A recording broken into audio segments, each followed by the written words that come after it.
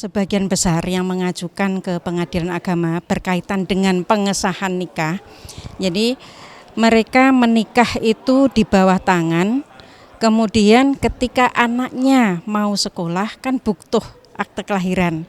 Sehingga 4 tahun atau 5 tahun setelah perkawinan siri itu baru mengajukan ke pengadilan agama, seperti itu. Tidak. Nah, jadi mereka hanya membutuhkan akte kelahiran anak karena ingin masuk sekolah, itu aja.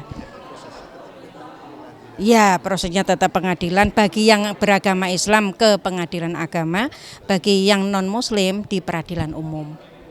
Jadi memberikan literasi dan juga edukasi kepada masyarakat bahwasanya ketika akan melakukan pernikahan tidak perlu lagi melalui penghulu yang non resmi, yang tidak resmi, kemudian bahwa pencatatan perkawinan itu sangat penting, dan jika anak-anak nanti yang lahir dari perkawinan siri itu nanti tidak mempunyai kepastian hukum, kemudian akan susah ketika akan masuk sekolah, termasuk juga nanti ketika misalkan salah satu dari orang tua meninggal berkaitan dengan harta bendanya, kewarisannya, itu juga tidak mempunyai kepastian dan jaminan hukum.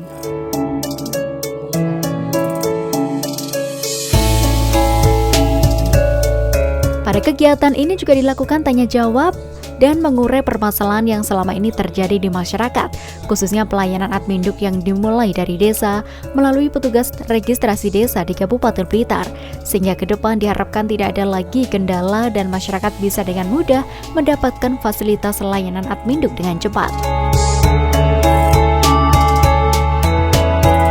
Bagaimana jika ada kasus mawar dan kedondong itu sah menikah secara hukum, tapi mawar punya anak dengan rambutan. Kedondong tidak keberatan kalau anaknya mawar itu menjadi anak beliau karena mereka sah secara hukum. Tetapi si rambutan yang nggak terima, itu loh udah sama saya, lalu kedondong pergi ke luar negeri, yaitu anak saya. Nah sampai saat ini saya tidak bisa memutuskan bagaimana solusinya. Makanya kalau yang seperti itu, yang si C mengajukan asal usul anak ke pengadilan, ke pengadilan agama. Kalau dia muslim, nanti ya. Nah nanti pengadilan yang akan menentukan statusnya. Dalam artian jika memang betul-betul diperiksa kemudian ternyata itu adalah nikah siri dengan si A, nanti pengadilan juga akan mempertimbangkan. Tetapi jika ternyata nikahnya itu ngomongin nikah siri tapi ternyata seperti tadi kumpul jangkrik, ya sudah, berarti nanti itu misalkan terbukti memang diakui oleh si C dengan si A, maka anak itu adalah di dalam amar putusannya akan kita munculkan anak biologis dari A dengan C. Ngaten ya? Kaitannya dengan bagaimana misalnya ada pembetulan data di surat nikah. Jika menikahnya itu di luar provinsi atau di luar pulau, bisakah hal itu dilakukan pembetulan di domisili atau tempat tinggal yang sekarang? Perubahan dalam buku nikah harus dilakukan pada tempat menikah asal. Karena itu berupa akte. Kita harus merubah buku nikah, itu buku nikah tahu Bu. Di registernya juga kita beri catatan. Lalu itu kan registernya di misalkan Lampung itu sama. Karena kita yang menerbitkan itu sama. Untuk kasus-kasus yang saat ini yang sudah pakai adat belum ada petunjuk lebih lanjut.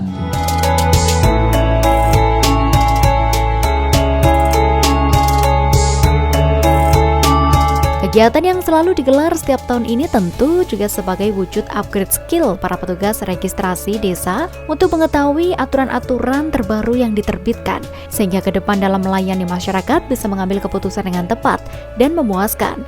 Seperti yang diungkapkan salah satu kasih pemerintahan dari Desa Rejowinangun, Kecamatan Kademangan.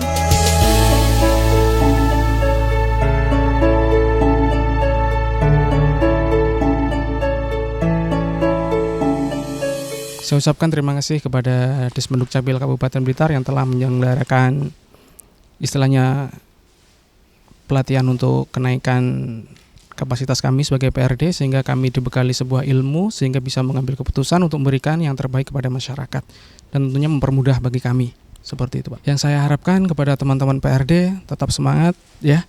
Tetap kita berikan yang terbaik untuk masyarakat kita. Insya Allah apa yang kita perjuangkan tidak akan sia-sia nanti. Kami menghimbau kepada masyarakat, tolong, karena sekarang itu data kependudukan itu adalah kebutuhan yang vital sekali, teliti dan selalu perhatikan data-data baik tulisan atau data-data pendukung yang lain, biar tidak ada kasus-kasus di belakang hari yang berkaitan dengan salah tulis, salah ketik atau dan lain sebagainya lah, sehingga masyarakat tidak dirugikan terkait dengan data kependudukan tersebut.